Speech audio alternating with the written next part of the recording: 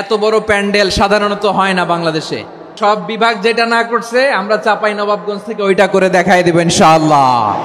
এই শান্ত শিষ্ট ইসলাম প্রিয় শান্তিপ্রিয় মুসলিমদেরকে উস্কানি দেয়া হচ্ছে, আল্লাহ এবং আল্লাহর রাসূলকে নিয়ে কটূক্তি করে, অবমাননাকর শব্দ ব্যবহার করে, অশ্লীল শব্দ ব্যবহার করে, তাদের ব্যাপারে আমরা সর্বোচ্চ শাস্তি কামনা করি। One of the biggest feel আলহামদুলিল্লাহ।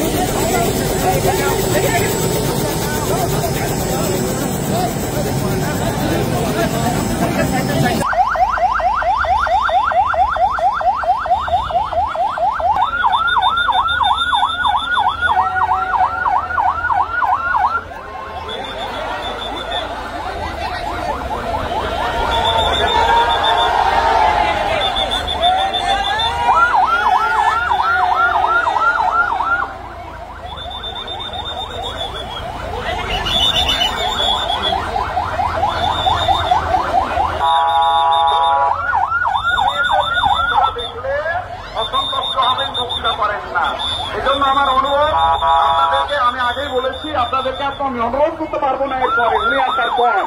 উনি এসে যদি শৃঙ্খলা দেখেন বক্তব্য করবেন, আর না হলে দু চারটা কথা বলবেন।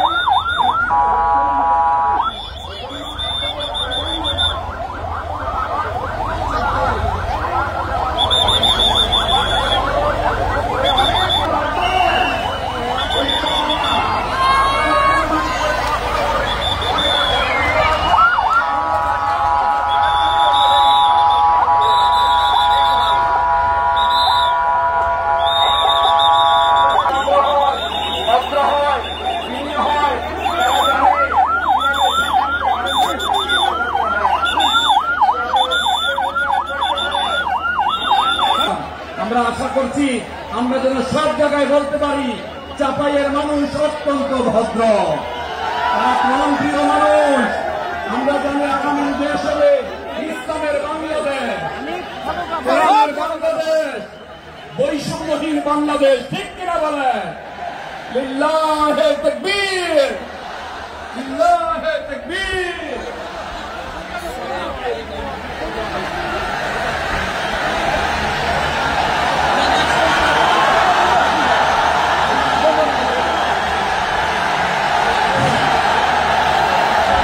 সম্মানিত চাঁপাইনবাবগঞ্জবাসী, আজ আমরা গর্বিত, আজ আমরা উচ্ছ্বাসিত। আমাদের আজকে কোটি যুবকদের আইকন বিশ্বনন্দিত ঘোষণা করেন। আসসালামু আলাইকুম ওয়া রাহমাতুল্লাহি ওয়া বারাকাতুহু।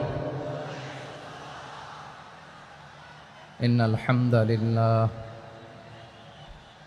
إن الحمد لله نحمده ونستعينه ونستغفره ونؤمن به ونتوكل عليه ونعوذ بالله من شرور أنفسنا ومن سيئات أعمالنا من يهده الله فلا مضل له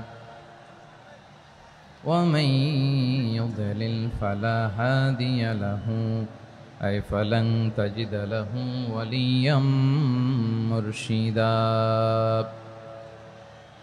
ونشهد أن لا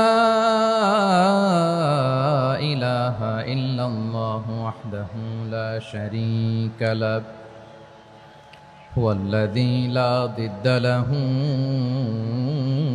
ولا ند له لا مثل له ولا مثيل له لا وزير له ولا كفيل له لا شبه له ولا شبيه له لا ولد له ولا والد له وهو الواحد الفرد الصمد لم يلد ولم يولد ولم يكن له كفوا أحد ونشهد أن سيدنا ونبينا وحبيبنا وبشيرنا ونذيرنا وطبيبنا وطبيب قلوبنا وحبيبنا وحبيب ربنا محمدا عبد الله ورسوله أرسله بالحق بشيرا ونذيرا وداعيا إلى الله بإذنه وسراجا منيرا أما بعد فقد قال الله تعالى في كلامه المجيد وفي فرقانه الحميد أعوذ بالله من الشيطان الرجيم بسم الله الرحمن الرحيم شهر رمضان الذي أنزل فيه القرآن هدى للناس وبينات من الهدى والفرقان إن الله وملائكته يصلون على النبي يا أيها الذين آمنوا صلوا عليه وسلموا تسليما اللهم صل على محمد وعلى آل محمد كما صليت على إبراهيم وعلى آل إبراهيم إنك حميد مجيد اللهم بارك على محمد وعلى آل محمد كما باركت على إبراهيم وعلى آل إبراهيم إنك حميد مجيد সকল প্রশংসার মালিককে সকল ক্ষমতার উৎসকে কেউ যেটা পারে না পারেন কে কেউ যেটা দেখে না দেখেন কে কেউ যেটা শোনে না শোনেন কে সে আল্লাহ রাব্বুল ইজ্জা ওয়াল জালালের দরবারে আমরা শুকরগুজার হচ্ছি আমরা সবাই পড়ছি কালিমাতুশ শুকর আলহামদুলিল্লাহ প্রিয় চাপাই নবাবগঞ্জবাসী গলা ছেড়ে দিয়ে আওয়াজ করে আমার সাথে পড়ুন রব্বানা লাকাল হামদ হামদান কাসীরান তাইয়্যিবান মুবারাকান ফি ইয়া রাব্বি লাকাল হামদু কামা ইয়ানবাগি লিজালালি ওয়াজহিকা ওয়া আযীমি সুলতানিকা লাকাল হামদু বিল ঈমান লাকাল হামদু বিল ইসলাম লাকাল হামদু বিল কুরআন। আমার প্রিয় ভাইয়েরা, আপনারা সবাই ভালো আছেন? সুস্থ আছেন সবাই? জোহরের সালাত আদায় করতে পেরেছেন তো জামাতে? দুপুরের খাবার খেয়েছিলেন? আমিও খাই নাই। আপনারা খান নাই, আমিও খাই নাই। নেমেই চলে আসছি, না খেয়ে চলে আসছি। শুনলাম যে লাখো লাখো ইসলাম প্রিয়, কোরআন প্রিয় তৌহিদি জনতা আজকে এখানে একত্রিত হয়েছে। চলে এসেছি সরাসরি, আলহামদুলিল্লাহ। প্রিয় ভাইয়েরা, আপনারা জানেন যে এটা আমার বিভাগীয় সফরের, এবছরের আল্লাহর অশেষ মেহেরবানিতে সর্বশেষ বিভাগীয় সফর। রাজশাহী বিভাগের প্রোগ্রাম এই চাপাই নবাবগঞ্জে হচ্ছে, আলহামদুলিল্লাহ। আমি সবাইকে অন্তরের অন্তঃস্থল থেকে শুকরিয়া জানাই যারা এই প্রোগ্রামে আপনারা অংশগ্রহণ করেছেন। আমি অন্তরের অন্তঃস্থল থেকে ধন্যবাদ এবং মোবারকবাদ জানাতে চাই আজকের প্রোগ্রামের অর্গানাইজিং কমিটিকে। খুব সম্ভবত জাবালুন নূর ফাউন্ডেশনের উদ্যোগে আজকের চাপাই নবাবগঞ্জের এই ঐতিহাসিক তাফসিরুল কোরআনের প্রোগ্রাম আয়োজন হয়েছে। দীর্ঘ অনেক দিন, অনেক কষ্ট করে, অনেক প্ল্যান করে, প্রোগ্রাম করে পুরো জেলা শহর, বিভাগীয় শহরের সব ক্যাপাসিটিকে একসাথে করে ওনারা আজকের এই চমৎকার কোরআনের বাগানকে সাজিয়েছেন। আমি অন্তরের অন্তঃস্থল থেকে এই জাবালুন নূর ফাউন্ডেশনকে ধন্যবাদ দিতে চাই। আজকের প্রোগ্রামে উপস্থিত আছেন চাপাই নবাবগঞ্জ জেলার সম্মানিত ব্যবসায়ী বৃন্দ, চাকরিজীবী বৃন্দ, সমাজ সেবক বৃন্দ, ছাত্র জনতা, পর্দার আড়ালে মায়েরা, বোনেরা, আইন শৃঙ্খলা বাহিনী, প্রশাসনের ভাইয়েরা, বিশেষ করে সেনাবাহিনী, র্যাব, বিজিবি, ভলান্টিয়ার্স, সাংবাদিক বন্ধুরা, মিডিয়া কর্মী, ইউটিউবার্স, আমি সবাইকে অন্তরের অন্তঃস্থল থেকে শুভেচ্ছা এবং মোবারকবাদ জানিয়ে শুরু করছি। আমি ধন্যবাদ দিতে চাই আজকের প্রোগ্রামের সম্মানিত সভাপতি মহোদয়, প্রধান অতিথি মহোদয়, বিশেষ অতিথি মহোদয় বৃন্দদেরকে যারা আজকের প্রোগ্রামে উপস্থিত হয়ে প্রোগ্রামের সৌন্দর্যকে তারা বাড়িয়েছেন, অলঙ্কৃত করেছেন, আলহামদুলিল্লাহ। আমি সবাইকে শুকরিয়া, মোবারকবাদ এবং ধন্যবাদ জানিয়ে শুরু করছি। প্রিয় ভাইরা, আমরা নতুন একটি বাংলাদেশ পেয়েছি, আলহামদুলিল্লাহ। নতুন ভোরের বাংলাদেশ। এখন আমাদেরকে ঐক্যবদ্ধ থাকতে হবে, বিচ্ছিন্ন থাকলে হবে না, ঠিক কিনা? আমি প্রায় বলি, যখন আমরা একা থাকি তখন আমরা ব্যক্তি, যখন আমরা সবাই মিলি তখন আমরা শক্তি। আমাদের এই ইউনিটি, আমাদের এই ঐক্যবদ্ধ শক্তিকে আগামীর ইসলামের জন্য কাজে লাগাতে হবে। চিল্লায় বলেন ঠিক কিনা? Specially the Gen Z of Chapainawabganj, the Gen Z of Rajshahi. তোমরা দেখিয়ে দিয়েছ কিভাবে জালেমকে শায়েস্তা করতে হয়। আল্লাহু আকবার। চোখের ইশারায় কি তাদের কানেক্টিভিটি, কি তাদের বোঝাপড়া। 16-17 বছরে যেটা করা যায় নাই, অল্প কয়েকদিনের ব্যবধানে তাদের ইউনিটি গোটা বাংলাদেশকে উজ্জীবিত করেছে। চিৎকার করে বলেন ঠিক কিনা? এই উচ্ছ্বাস, এই ইউনিটি, এই সম্প্রীতি আমাদেরকে বজায় রাখতে হবে। এই যে আমরা ইউনাইটেড, আমরা উচ্ছ্বসিত, আমরা একসাথে দেশ গড়ার কাজে ঐক্যবদ্ধ হতে চাই, এটা আবার অনেকের ভাল লাগে না, ঠিক কিনা বলেন? আমাদের সুখ অনেকের ভালো লাগে না। নানামুখী ষড়যন্ত্র।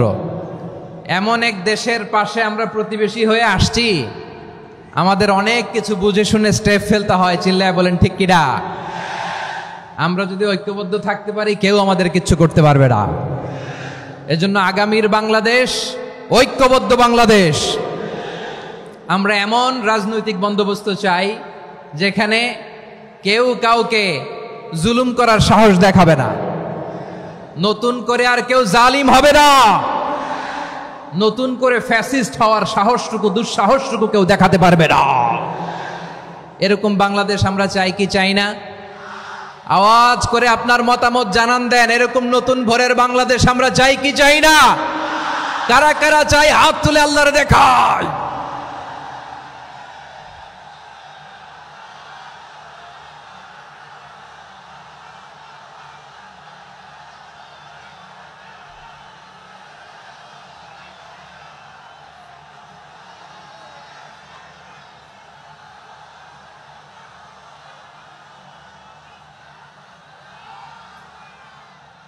মাশাআল্লাহ, মাশাআল্লাহ। বসুন বসুন আমার চাঁপাই নবাবগঞ্জের ভাইয়েরা। আমরা এই স্বাধীনতার পর থেকে এটাই দেখেছি, লুটপাট, দুর্নীতি, মারামারি, দেশের টাকা পাচার, আছে না নাই? এগুলোর পুনরাবৃত্তি আমরা চাই। নতুন ভোরের বাংলাদেশে এগুলোর পুনরাবৃত্তি না হোক। জোরে বলেন ঠিক কিনা? আমাদের বিশ্ববিদ্যালয়ের ক্যাম্পাসগুলোতে রিসার্চ হোক, উন্নত মানের রিসার্চ, গবেষণা হোক, যেরকম আমরা অন্যান্য দেশে দেখি। যেই ছাত্রদের হাতে কলম লেগেছে ওই হাতে অস্ত্রের স্পর্শ না লাগুক। চিল্লায় বলেন ঠিক কিনা? আমরা নতুন ভোরের বাংলাদেশে বুক বাঁধা স্বপ্ন নিয়ে সামনে আগাতে চাই। এখানে এক রাজনৈতিক দল আর এক রাজনৈতিক দলকে শ্রদ্ধা করবে, সম্মান করবে, এমন নেতা আমরা চাই যেই নেতা অসুস্থ হলে আমরা গোটা দেশের জনগণ জায়নামাজ বিছিয়ে মুনাজাতে চোখের পানি ছেড়ে আমার নেতার জন্য কান্না করব। চিল্লায় বলেন ঠিক কিনা? এরকম নয়া রাজনৈতিক বন্দোবস্ত আমরা চাই কি চাই না? এক রাজনৈতিক দল আর এক রাজনৈতিক দলকে নিশ্চিহ্ন করার খেলায় মেতে উঠুক, এটা আপনারা চান? আমরা চাই না। আমাদেরকে সাবধান থাকতে হবে, সচেতন থাকতে হবে। দেখবেন এই যে আমরা ঐক্যবদ্ধ, আমরা সম্প্রীতির বাংলাদেশ গড়তে চাই, আমরা সমৃদ্ধির বাংলাদেশ গড়তে চাই, নানা ধরনের চক্রান্ত। রিসেন্টলি দেখবেন এই শান্ত শিষ্ট ইসলাম প্রিয় শান্তিপ্রিয় মুসলিমদেরকে উস্কানি দেয়া হচ্ছে, উত্তেজিত করার জন্য আমার নবীকে গালি দেয়া হচ্ছে। আরশের অধিপতি আল্লাহ রব্বুল ইজ্জাতের নামে এমন অশ্লীল শব্দ ব্যবহার করা হচ্ছে যেগুলো মুখে তোলা আমাদের পক্ষে সম্ভব না। প্রিয় ভাইয়েরা, আমরা আজকের এই চাঁপাই নবাবগঞ্জের বিশাল ঐতিহাসিক তাফসীরুল কোরআনের প্রোগ্রাম থেকে এই এন্টারিম গভর্নমেন্টের কাছে বিনীত আবেদন জানাতে চাই, আপনারা শান্তিপ্রিয় মুসলিম জনতার ধৈর্যের পরীক্ষা নেবেন না। ধৈর্যের পরীক্ষা আপনারা নেবেন না। সহ্যের সীমা ছাড়িয়ে গেলে জনতা নিজেই আইন প্রয়োগ করার, বিচার করার দায়িত্ব হাতে তুলে নিবে। এটা আমরা চাই না। এটা আমরা চাই না, আমরা চাই না। যারা আল্লাহ রাসূল সাল্লাল্লাহু আলাইহি ওয়াসাল্লামের সম্মানকে খাটো করে, আল্লাহ এবং আল্লাহর রাসূলকে নিয়ে কটূক্তি করে, অবমাননাকর শব্দ ব্যবহার করে, অশ্লীল শব্দ ব্যবহার করে, তাদের ব্যাপারে আমরা সর্বোচ্চ শাস্তি কামনা করি। সর্বোচ্চ শাস্তি তাদের জন্য বাস্তবায়ন করতে হবে। বাংলাদেশে ব্লাসফেমি আইন করে। চিল্লায় বলেন ঠিক কিনা? তা না হলে জনগণ যদি বিচার হাতে তুলে নেয়, এই বিশাল জনস্রোতকে থামানো সম্ভব না। আমরা শান্তি চাই কি চাই না? আওয়াজ করে বলেন। আল্লাহর নবীর বিরুদ্ধে, আল্লাহর রাসূল সাল্লাল্লাহু আলাইহি ওয়াসাল্লামের সম্মানকে খাটো করে কবিতার নামে, গদ্যের নামে অশ্লীল শব্দ চয়নকে আমরা মেনে নিব? অশ্লীলতাকে আমরা মেনে নিব? কারণ আল্লাহর নবী আমার ঈমান, আমার নবী আমার ঈমান। নবীকে ভালোবাসা ঈমানের অংশ শুধু এতটুকু নয়, আমার নবীর ভালোবাসাটাই হচ্ছে ঈমান। চিল্লায় বলো ঠিক কিনা? আমার নবীর জন্য আমরা বুকের তাজা রক্ত বিলিয়ে দিতে রাজি আছি না নাই? রাজি আছো মুসলমান? কারা কারা রাজি?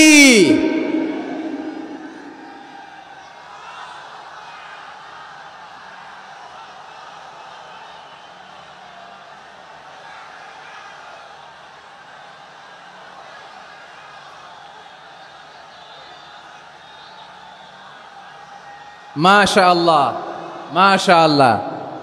বসুন, থামুন। ফিদাকা আবি ওয়া উম্মি ওয়া নাফসি ওয়া রূহি ইয়া রাসূলুল্লাহ।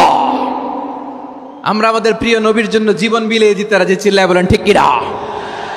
এজন্য ইন্টারিম গভর্নমেন্টের কাছে আমরা বিনীত আবেদন জানাই, দেশের পরিস্থিতি আরো নাজুক হওয়ার আগেই যারা এই সমস্ত অবমাননার সাথে জড়িত তাদের বিরুদ্ধে কঠোর শাস্তির বিধান জারি করতে হবে। আজকের এই বিশাল তাফসীরুল কোরআনের প্রোগ্রাম থেকে এই দাবি জানিয়ে আমরা মহাবিশ্বের মহাবিশ্বয় মহাগ্রন্থ আল কোরআন আল কারিম থেকে আলোচনা শুরু করছি। আওয়াজ করে পড়ুন ইনশাআল্লাহ। সবাই পড়ুন ইনশাআল্লাহ। আমার প্রিয় ভাইয়েরা, আপনারা দেখেছেন এত বড় প্যান্ডেল সাধারণত হয় না বাংলাদেশে।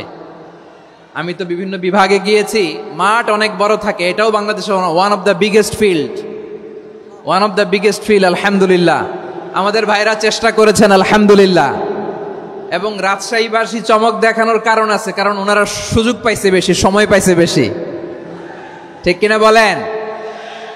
ওনারা প্ল্যান করেছে। সব বিভাগ যেটা না করছে আমরা চাঁপাই নবাবগঞ্জ থেকে ওইটা করে দেখাই দেব ইনশাআল্লাহ। মাশাআল্লাহ মাশাআল্লাহ। আমরা প্রাণ ভরে দোয়া করি আমার ভাইদের জন্য যারা এই চমৎকার কোরআনের বাগানকে সাজিয়েছেন। প্রিয় ভাইয়েরা, আমরা মূল আলোচনাতে যাওয়ার আগে আমি একটু অনুরোধ করব, মাশাআল্লাহ এখনো আপনাদেরকে বসুন, শান্ত হন, আল্লাহর ওয়াস্তে থামুন, কিছুই বলা লাগে নাই। লক্ষ লক্ষ কোরআন প্রেমী জনতা আজকে এক হয়েছে, কিন্তু কোনো আওয়াজ নাই, নীরব নিস্তব্ধ। মাশাআল্লাহ, ডান দিকে তো একেবারে পিন ড্রপ সাইলেন্ট, পিন পতন নীরবতা। এইদিকে আমার ভাইরা জায়গা পাচ্ছেন না আমি জানি, আমি দেখেছি সবাইকে, এই যে হাত নাড়িয়ে শুভেচ্ছা জানাচ্ছি। মাশাআল্লাহ মাশাআল্লাহ মাশাআল্লাহ। আল্লাহর মেহেরবানি, আমাদের এই প্রোগ্রামগুলোতে আমরা একটা ইনক্লুসিভ প্রোগ্রামের কথা বলি। আমি জানি যে চাঁপাইনবাবগঞ্জ জেলার সামাজিক নেতৃবৃন্দ, ধর্মীয় নেতৃবৃন্দ, রাজনৈতিক নেতৃবৃন্দ সব আজকে একত্রিত হয়েছেন আজকের এই মঞ্চে। আজকের এই মঞ্চে আছে হেফাজতের নেতৃবৃন্দ, আহলে হাদিস প্ল্যাটফর্মের নেতৃবৃন্দ, আলিয়া মাদ্রাসা, কৌমি মাদ্রাসার মোহতামিম সাহেবগণ, অত্র এলাকার আইম্মাতুল মাসাজিদ, ইমাম সাহেবগণ, মুয়াজ্জিন সাহেবগণ, খতিব সাহেবগণ, বিশ্ববিদ্যালয়ের শিক্ষক মণ্ডলীরাও এসেছেন, আমাদের শিক্ষক তুল্য। আজকে আমরা কথা না বলে ওনাদের কাছ থেকে নসিহাত এবং দিক নির্দেশনামূলক বাণী শুনতে পারলে আমরা বেশি কিছু শিখতে পারতাম। তারপরেও আলহামদুলিল্লাহ আমরা কিছু কথা বলার সুযোগ পেয়েছি, এই সময়টাকে আমরা কাজে লাগাবো ইনশাআল্লাহ। প্রিয় ভাইয়েরা, বলুন তো, আমরা যে আরবি মাস অতিবাহিত করছি, কাটাচ্ছি, মাসটির নাম কি? শাবান। মাশাআল্লাহ, এই তো আপনারা সবাই জানেন। শাবানের পরেই যে মাস আসবে এটার নাম কি? রমাদান। যে আসতেছে, আপনাদের ভাল লাগে? হ্যাঁ, রমাদান নাম শুনলেই মুমিন হৃদয়ে বয়ে যায় প্রশান্তির ফল্গু ধারা, ঠিক কিনা? একটা আনন্দ, একটা উচ্ছ্বাস আমাদের হৃদয়ের মধ্যে চলে আসে। রমাদান সাইয়্যিদুশ শুহুর, 12 মাসের মধ্যে সবচাইতে শ্রেষ্ঠতম মাস রমাদান আল মুবারক আসছে। আত্মশুদ্ধির মাস, আত্মসংশোধনের মাস, শুদ্ধাচারের মাস, নিজেকে আলোকিত করবার মাস, ঠিক কিনা বলেন? এই রমাদানুল মুবারকে আমাদের কি করণীয়, কি বর্জনীয়, what to do and what not to do, এই টপিকসের উপর কিছু কথা আপনাদের সামনে উপস্থাপন করব ইনশাআল্লাহ। ওমা তাওফীকি ইল্লা বিল্লাহ। আমার প্রিয় ভাইয়েরা, আমি আমার খুতবার শুরুতে সূরা বাকারার 185 নম্বর আয়াত তেলাওয়াত করেছি, যেখানে আল্লাহ তাআলা কোন মাসে কোরআন আল কারীমকে, মহাবিশ্বের মহাবিশ্বয় কোরআন আল কারীমকে এই পৃথিবীতে নাজিল করেছেন সেটা আমাদেরকে জানিয়েছেন। আল্লাহ তাআলা ইরশাদ করছেন, শাহরু রমাদান আল্লাযী উনজিলা ফীহিল কুরআনু হুদাল লিন্নাস ওয়া বাইনাতিম মিনাল হুদা ওয়াল ফুরকান। আল্লাহ বলেন, রমাদান এমন একটা মাস যে মাসে কোরআন নাজিল করা হয়েছে, আর এই কোরআন হচ্ছে বিশ্ব মানবের জন্য পথ নির্দেশিকা, হেদায়েতের সুস্পষ্ট বর্ণনা এবং সত্য মিথ্যা পৃথক করার আসমানি মানদণ্ড রূপে জামিনে আমাদের জন্য কোরআন নাজিল করেছে কে? আওয়াজ করে বলেন তো, আল্লাহর নাজিল করা এই কোরআনে কোনো ভুল আছে? সবাই বলেন নাই। সবাই বললে এতটুকু আওয়াজ হয় আমি বিশ্বাস করি না। গলা ছেড়ে দিয়ে বলেন, আল্লাহর নাজিল করা এই সর্বশেষ আসমানি কিতাব আল কোরআনে কোনো ভুল আছে? সন্দেহ আছে?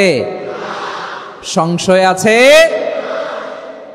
বিয়ন্ডলেস, বাউন্ডলেস, বটমলেস, এমন কিতাব যেটা পড়ে গবেষণা করে এর তথ্য, উপাত্ত, ইনফরমেশন, লেসন নিয়ে শেষ করা যায় না। সুবহানাল্লাহ। আল্লাহ বলেন, এই কোরআনকে আমি রমাদানে নাজিল করেছি, যেটা বিশ্ব মানবের জন্য পথ নির্দেশিকা। এতে আছে হেদায়েতের সুস্পষ্ট বর্ণনা আর সত্য মিথ্যা পার্থক্য করার মানদণ্ড, কোনটা সত্য কোনটা মিথ্যা এটা কোরআন দিয়ে ডিফারেন্সিয়েট করা যায়। কোরআন হচ্ছে ফুরকান, to differentiate between right and wrong. কোনটা সত্য, কোনটা মিথ্যা, কোনটা ভুল, কোনটা নির্ভুল, এটা কোরআন দিয়ে যাচাই করা যায়। চিল্লায় বলেন ঠিক কিনা? এজন্য এই কোরআন দিয়ে আমাদের জীবন সাজাতে হবে। কোরআন দিয়ে জীবন না সাজালে জীবন আলোকিত হয় না। কোরআন দিয়ে পরিবার না সাজালে পরিবার আলোকিত হয় না। কোরআন দিয়ে সমাজ না সাজালে সমাজটা শান্তিময় হয় না। শুধু দুর্নীতি দমন কমিশন দিয়ে দুর্নীতি বন্ধ করা যায় না। কোরআনের আইন বাস্তবায়ন করা ছাড়া এই সমাজ থেকে দুর্নীতি বন্ধ করা যাবে না। চিল্লায় বলো ঠিক কিনা? আমার প্রিয় ভাইরা, এই কোরআন নাজিল হয়েছে রমাদান আল মুবারক, এই বরকতময় মাসে। তাই আমাদের উচিত এই মাসে আসন্ন যে রমাদান আল মুবারক, এই রমাদানে কোরআনের সাথে নিজেদের সম্পর্ককে বাড়ানো। আমার প্রিয় চাঁপাইনবাবগঞ্জের ভাইয়েরা, আমরা কি আসন্ন রমাদানে কোরআনের সাথে আমাদের অ্যাটাচমেন্ট, সম্পর্ক বাড়াতে চাই? চান সবাই? আপনি কি জানেন কোরআন নিয়ে কোন ফেরেশতা পৃথিবীতে এসেছিল? জানেন?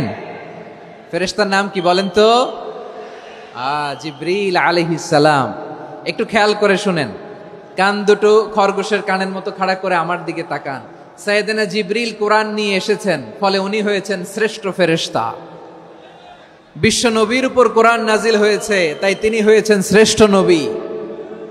রমাদানে কোরআন নাজিল হয়েছে, তাই রমাদান হয়েছে শ্রেষ্ঠ মাস। কদরের রাতে কোরআন নাজিল হয়েছে, তাই কদর হয়েছে শ্রেষ্ঠ রাত। আমরাও যদি কোরআনের সাথে সম্পর্ক বাড়াই, আমাদের মর্যাদাও এরকম, আমাদেরকেও শ্রেষ্ঠ মানুষ বানায় দিবে কে? এজন্য কোরআনের সাথে সম্পর্ক বাড়াইতে রাজি আছেন তো? যারাই কোরআনের সাথে সম্পর্ক বাড়ায়, এদের মর্যাদা বাড়ায় দেয় কে? দেখবেন আমাদের হাফেজে কোরআন, তারা ইন্টারন্যাশনাল কোরআন কম্পিটিশনে যে গোটা বিশ্বকে পেছনে ফেলে প্রথম পুরস্কার নিয়ে আসে। এত ছোট ছোট বাচ্চা, ও সমাজ বোঝে না, রাজনীতি বোঝে না, টাকা পয়সা বোঝে না, কিচ্ছু বোঝে না, কিন্তু গোটা বিশ্বে ওকে সম্মানের চেয়ারে আসীন করেছে কে? এই কোরআনের সাথে লাগলে আল্লাহ তাআলা সম্মান বাড়িয়ে দেয়। আমার প্রিয় ভাইয়েরা, আসুন আমরা শুরুতেই, আলোচনার শুরুতেই শপথ নেই যে আসন্ন রমাদানে আমরা কোরআনের সাথে নিজেদের সম্পর্ককে মজবুত করব ইনশাআল্লাহ। সবাই বলুন ইনশাআল্লাহ। শাবান মাস আসলে, রজব মাস আসলে সাহাবারা কি করতেন? আসুন আমরা দেখি কিভাবে তারা রমাদানকে ওয়েলকাম জানাতেন। রজব শাবান আসলেই ওনারা রমাদান পর্যন্ত পৌঁছার আকুতি, আগ্রহ আর ফরিয়াদ আল্লাহর কাছে জানাতেন আর বলতেন, ইয়া আল্লাহ, রমজান পর্যন্ত আমাদের হায়াত বাড়িয়ে দাও। আল্লাহুম্মা বাল্লিগনা রমাদান, আল্লাহ তুমি রমজান পর্যন্ত আমাদের পৌঁছে দাও। আল্লাহুম্মা বারিক লানা ফি রজব ওয়া শাবান ওয়া বাল্লিগনা রমাদান, আল্লাহ রজব শাবানে বরকত দাও, আল্লাহ রমজান পর্যন্ত তুমি আমাদেরকে পৌঁছে দাও। আওয়াজ করে পড়ে না আমিন। আমার প্রিয় চাঁপাইনবাবগঞ্জের ভাইরা, গত বছর অনেকের সাথে আমরা একসাথে রমাদান কাটিয়েছি, তাদের অনেকে দুনিয়াতে এখন বেঁচে নাই, এরকম আছে না নাই? এই যে আরো 7 দিন বাকি রমাদান আসতে, এই 7 দিন পর্যন্ত আমরা রমাদান পাবো, কোনো গ্যারান্টি আছে? আচ্ছা, এই বছর যদি খুশনসিব হয় আমাদের, আমরা যদি পাই, আগামী বছরও যে রমাদান আমরা পাবো, কোনো গ্যারান্টি আছে? তাহলে আসুন আমরা ভেবে নেই, হতে পারে this Ramadan could be the last and final Ramadan in our life. হতে পারে এই রমাদানই হতে পারে আমার জীবনের শেষ রমাদান। ঠিক কিনা বলেন? তাই আসুন আমরা আল্লাহর কাছে দোয়া করি, আল্লাহুম্মা বাল্লিগনা রমাদান, আল্লাহ তুমি রমাদান পর্যন্ত আমাদেরকে পৌঁছে দাও। আওয়াজ করে পড়েন আমিন। ইবনু রাজব আল হাম্বালি লাতাইফুল মাআরিফের মধ্যে লিখেছেন, সাহাবারা ওনারা রমাদান কেন্দ্রিক, আমাদের সালাফ সালফে সালেহিনরা রমাদান কেন্দ্রিক জীবন কাটাতেন। ওনারা রমজান আসার 6 মাস আগে আল্লাহর কাছে দোয়া করতেন, আল্লাহ রমজান পর্যন্ত পৌঁছে দাও। রমজান চলে যাওয়ার পরে বাকি 6 মাস আল্লাহর কাছে দোয়া করতেন, আল্লাহ এই রমাদানে যে ইবাদত করেছি, এই ইবাদতগুলো তুমি কবুল করে নাও। সুবহানাল্লাহ। তাহলে পুরো বছর রমাদান কেন্দ্রিক জীবন। রমজান আসার আগে 6 মাস দোয়া করতো, আল্লাহ আমরা যেন রমজান পাই। রমজান চলে যাওয়ার পরে বাকি 6 মাস বলতো, আল্লাহ রমজানে যে ইবাদত করেছি এগুলো তুমি কবুল করে নাও। সুবহানাল্লাহ। আবার এই শাবান মাসে আল্লাহর হাবিব সাল্লাল্লাহু আলাইহি ওয়াসাল্লাম সবচেয়ে বেশি রোজা রাখতেন। কানা ইয়াসুমু শাবানা কুল্লাহ, সবচেয়ে বেশি রোজা রাখতেন শাবান মাসে। ওয়া কানা ইয়াসুমু শাবানা ইল্লা খলিলা, শাবানের অল্প কয়েকদিন ছাড়া পুরো শাবানটাই বিশ্বনবী রোজা রাখতেন। সুবহানাল্লাহ পড়েন। এই শাবানে আপনারা রোজা রাখছেন তো? রাখছেন?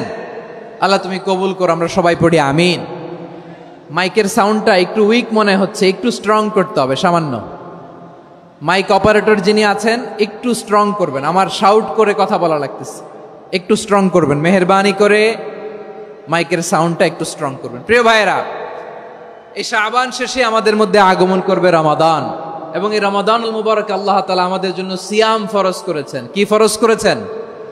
তিনি সূরাতুল বাকারার 183 নম্বর আয়াতে ইরশাদ করছেন, রব্বুল আলামিন বলেন, ইয়া আইয়ুহাল্লাযীনা আমানু কুতিবা আলাইকুমুস সিয়ামু কামা কুতিবা আলাল্লাযীনা মিন ক্বাবলিকুম লাআল্লাকুম তাত্তাকুন। আল্লাহ বলেন, ও বিশ্বাসীরা শোনো শোনো, তোমাদের জন্য সিয়ামকে ফরজ করা হয়েছে, ঠিক যেমন ভাবে তোমাদের পূর্ববর্তী উম্মতদের উপরও সিয়ামকে ফরজ করা হয়েছিল, লাআল্লাকুম তাত্তাকুন, যাতে করে তোমরা সবাই মুত্তাকি হতে পারো। সুবহানাল্লাহ বলেন, যাতে করে তোমরা আল্লাহ সচেতন হতে পারো। তাহলে সিয়ামকে, এই সামনে যে রমাদান আসতেছে আমার প্রিয় ভাইয়েরা, এই পুরো রমাদান ব্যাপী সিয়াম সাধন করা, সিয়াম পালন করাকে আমাদের জন্য ফরজ করে দিয়েছে কে? রমাদানের রোজা রাখার নফল নাকি? রমাদানে সিয়াম পালন করা কি নফল? সুন্নাত? তাহলে কি ফরজ? আওয়াজ করে বলেন, রমাদানের রোজা রাখা কি ফরজ? এটা শুধু আমাদের উপরই ফরজ না, আমাদের আগে যত জাতিগোষ্ঠী এই পৃথিবীতে এসছে সবার উপরে সিয়াম পালনকে ফরজ করেছে কে?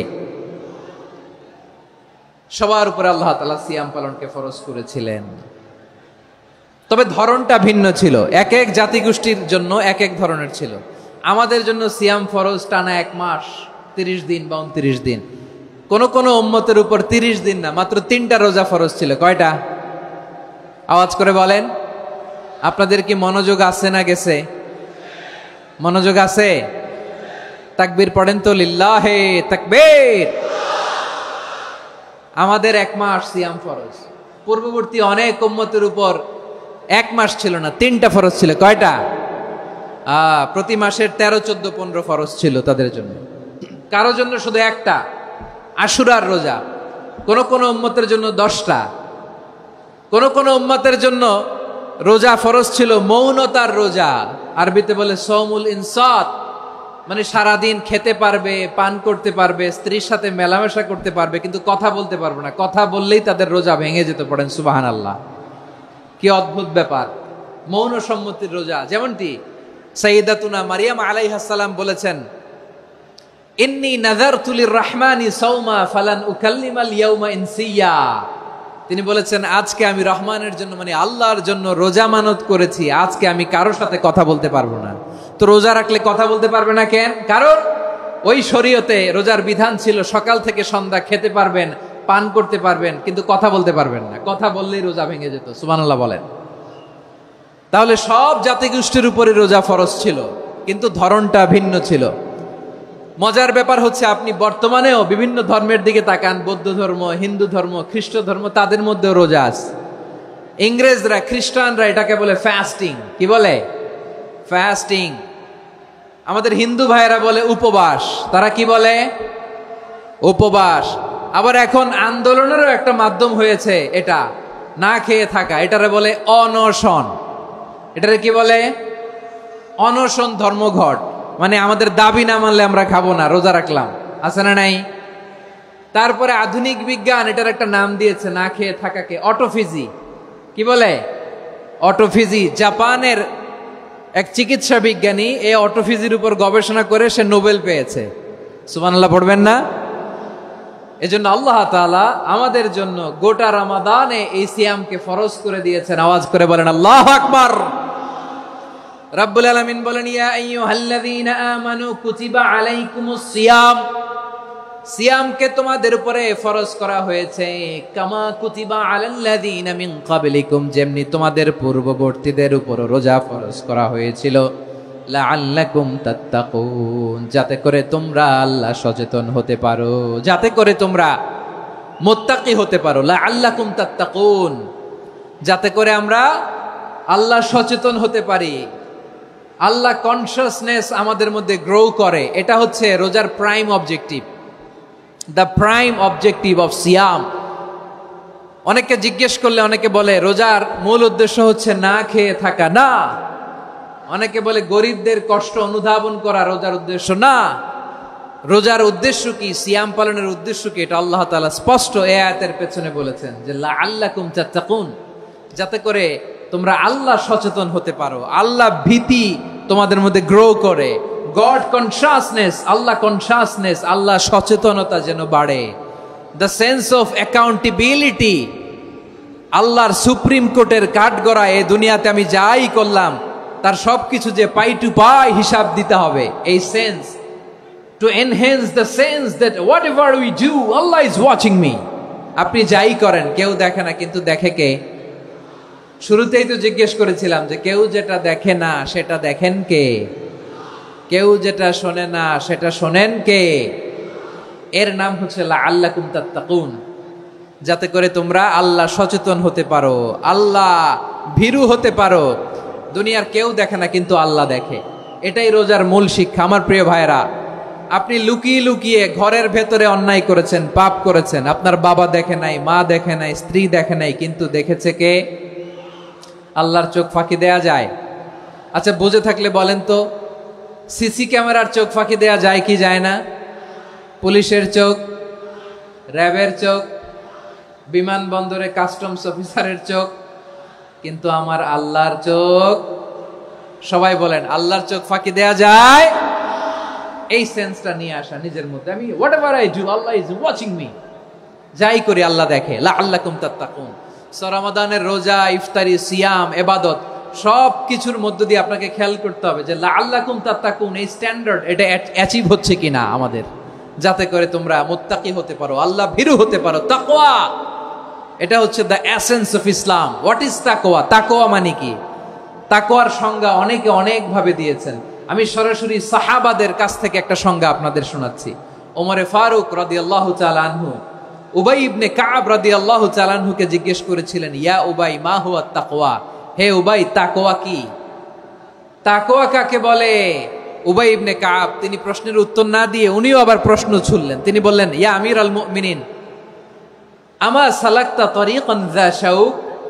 আপনি কি কাঁটাযুক্ত রাস্তা দিয়ে মরুভূমিতে কখনো হেঁটেছেন? যে রাস্তার চারদিকে ক্যাকটাস, গুলমলতার কাঁটা, হেঁটেছেন? ওমরে ফারুক বললেন, নাম, হেঁটেছি। বালা, হেঁটেছি। কাইফা আমিলতা, কিভাবে হেঁটেছেন?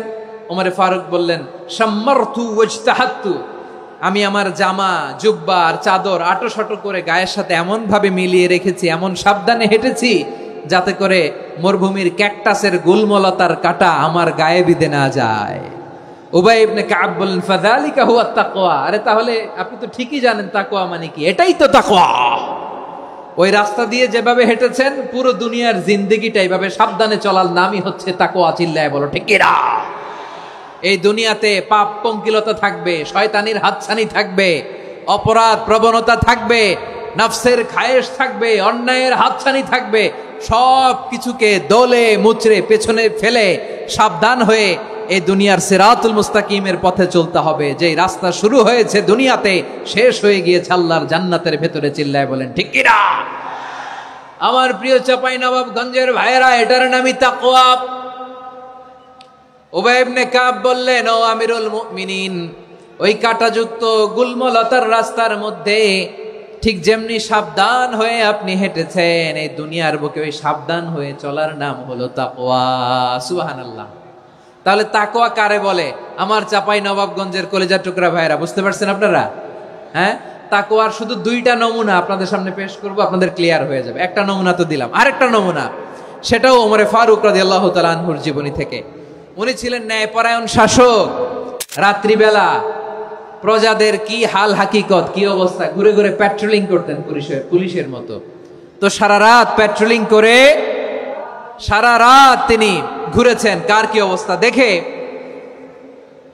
শেষ রাতে তিনি ফিরে আসতেছেন। তিনি থাকতেন, সেই বুখারীতে এসেছে, কানা ইয়াসকুনু ফি আওয়ালিল মদিনা, মদিনার উঁচু এলাকায় থাকতেন।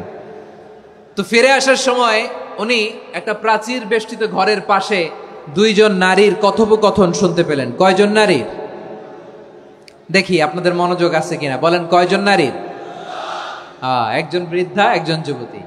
উনি কান লাগিয়ে শুনতে পাচ্ছেন। বৃদ্ধা মা, ওমর ফারুক কাউকে দেখতে পাচ্ছেন না, শুনতে পাচ্ছেন। বৃদ্ধা মা তার যুবতী মেয়েকে বলে, এই তাড়াতাড়ি উটের দুধ দহন করে উটের দুধের সাথে পানি মিশাও, তাইলে কালকে বাজারে মদিনায় বেশি দামে বিক্রি করা যাবে, লাভ হবে অনেক। বৃদ্ধা মহিলা এটা বললেন। যুবতী মেয়ে উত্তরে বলে, মা আপনি জানেন না আমিরুল মুমিনিন খলিফাতুল মুসলিমিন ওমরে ফারুক দুধে পানি মিশানোকে দণ্ডনীয় অপরাধ বলে ঘোষণা দিয়েছে, জানেন না? এবার বৃদ্ধা মহিলা বলে, আরে পাগলি, এই ভোর রাতে আমিরুল মুমিনিন ওমরে ফারুক আসবে কোত্থেকে? উনি আসবে কোত্থেকে? ওনার পাইক পেয়াদা সিকিউরিটি আসবে কোত্থেকে? কেউ দেখবে না। আরে কেউ দেখবে না, তাড়াতাড়ি দুধের সাথে পানি মেশাও। এই কথা যখন মা বলেছে, যুবতী মেয়েটা চমৎকার একটা উত্তর দিয়েছে। তিনি বলেছিলেন, ইয়া উম্মি, ও আমার মা, লাউলা রাআ উমর লা রাআ রব্বু উমর। ও আমার প্রিয়তমা মা, আপনি ঠিকই বলেছেন, গভীর রাতে ওটের দুধে পানি মিশালে ওমর দেখবে না, কিন্তু মা খেয়াল রাখবেন, ওমর যদি নাও দেখে, ওমরের রব কিন্তু দেখে। চিল্লায় বলেন ঠিক কিনা? দিস ইজ কল্ড তাকওয়া। লাউলা রাআ উমরু লা রাআ রব্বু উমর। ওমর দেখে না, কিন্তু ওমরের রব দেখে। চিল্লায় বলেন ঠিক কিনা? এজন্য রব্বুল আলামিন বলেন, লা তুদরিকুহুল আবসার ওয়া হুয়া ইউদরিকুল আবসার ওয়া হুয়াল লাতীফুল খাবীর। তিনি এমন সত্তা, দুনিয়ার কোন চোখ তাকে দেখে না, কিন্তু দুনিয়ার সবগুলো চোখকে, সব মানুষের অ্যাক্টিভিটিসকে, আরশের উপর থেকে সব কিছু মুহূর্তে মুহূর্তে দেখতে পান কে? তাহলে তাকওয়া কারে বলে বুঝতে পারছেন? দুনিয়াতে সাবধানে চলার নাম তাকওয়া।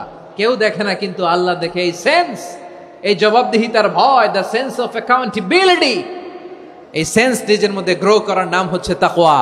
আর এই সিয়াম পালন করার প্রাইম অবজেক্টিভ অফ সিয়াম হচ্ছে লাআল্লাকুম তাত্তাকুন। আওয়াজ করে বলেন, লাআল্লাকুম তাত্তাকুন। আমার প্রিয় ভাইয়েরা, এই আসন্ন রমাদান, এটা এমন এক বরকতের মাস, যে মাসে আমরা নিজেদের নাফসের উপর নিয়ন্ত্রণ প্রতিষ্ঠা করি। সারা বছর নাফস আমাদেরকে নিয়ন্ত্রণ করে, আর রমাদানে আমরা নাফসকে নিয়ন্ত্রণ করি। কথা বুঝতেছেন? সারা বছর নাফস আমাদেরকে নিয়ন্ত্রণ করে। এই যে এখন আমার খেতে মনে চাইলে যে খেজুর রাখা, আমি খেজুর খেতে পারবো, নাটস আছে, বাদাম খাইতে পারি। খাইতে মন চাইলে পানি, আমার রুহুটা চায়, আমার নাফসটা খেতে চায়, আমি খেতে পারি, পান করতে পারি। বিবাহিতরা দিনের বেলায় স্ত্রীর সাথে মেলামেশা করতে চাইলে করতে পারে, কিন্তু রমাদানে দিনের বেলায় খেতে মনে চায়, কিন্তু আমরা খাই। আমার প্রবৃত্তি খেতে চায়, কিন্তু প্রবৃত্তির কথা আমরা শুনি, কথা কয় না। রমজানে খেতে মন চাইলে আমরা খাই, তৃষ্ণায় গলা ফেটে যায়, গলার ছাতি ফেটে যায়, কিন্তু এক ঢোক পানি কি আমরা গিলি? বিবাহিতরা দিনের বেলা স্ত্রীর সাথে কি মেলামেশায় যায় না? তার মানে সারা বছর নফস আমাদেরকে নিয়ন্ত্রণ করে, আর রমাদানে এই নফসের উপর আমরা নিয়ন্ত্রণ প্রতিষ্ঠা করি। নফসের লাগাম আমরা রমাদানে টেনে ধরে। চিল্লায় বলেন ঠিক কিনা? এজন্য আমার প্রিয় ভাইয়েরা, নফসের উপর নিয়ন্ত্রণ নিতে চাইলে রমাদানের রোজার কোনো বিকল্প নাই। এটা এমন মাস, যে মাসের ফজিলতেরও কোনো শেষ নাই। এই মাসকে বলা হয় দ্য মান্থ অফ হোপ। এটা আশা জাগানিয়া মাস। রমজানের কথা শুনলে আশা জাগে না হৃদয়ে? হ্যাঁ, ইদা জাআ রমাদান ফুতিহাত আবওয়াবুস সামা ওয়া গুল্লিকাত আবওয়াবু জাহান্নাম ওয়া সুফিদাতিশ শায়াতিন। রমাদান আসলে আকাশের দরজাগুলো খুলে দেয়া হয়, মানে জান্নাতের। জাহান্নামের দরজাগুলোকে লক করে দেয়া হয়, শয়তানকে চেইন আপ করা হয়। ইবাদত করলে শুধু করতেই মনে চায়। চিল্লায় বলেন না সুবহানাল্লাহ। রমজানে ইবাদতে যেই মজা পাওয়া যায়, সারা বছর অন্য কোনো মাসে এই মজা আপনি পান? আমার চাঁপাইনবাবগঞ্জের ভাইরা আওয়াজ করে বলেন না, রমজানে ইবাদতে যেই মজা অন্য মাসে এটা পান? কারণ রমজানে ইবাদত করলে সওয়াবও বেশি, ইবাদতের একটা পরিবেশ থাকে, ঠিক কিনা বলেন? অন্য মাসে ইবাদত করলে এর সওয়াব পাওয়া যায় গাণিতিক হারে, রমজানে ইবাদত করলে সওয়াব বাড়তে থাকে জ্যামিতিক হারে। সুবহানাল্লাহ কইবেন না? অন্য মাসে সওয়াব বাড়ে গাণিতিক হারে, রমাদানে ইবাদত করলে সওয়াব বাড়ে কিভাবে জ্যামিতিক হারে বাড়ে দেখেন। রমাদানে একটা নফল করলে ফরজের সমান সওয়াব, একটা ফরজ করলে 70 থেকে 700 গুণ সওয়াব, রমজানে উমরা করলে হজের সমান সওয়াব। সুবহানাল্লাহ নাই? দ্য মান্থ অফ হোপ, আশা জাগানিয়া মাস। এই মাস আমাদেরকে হোপফুল করে, আশাবাদী করে। রমাদান যেমনি দ্য মান্থ অফ হোপ, আশা জাগানিয়া মাস, এট দ্য সেম টাইম এই রমাদান হচ্ছে মান্থ অফ ওয়ার্নিং, একটা ওয়ার্নিং এর মাস। নবী যেমনি আশা জাগাইছে, আবার ওয়ার্নিং দিয়েও গেছে, খবরদার।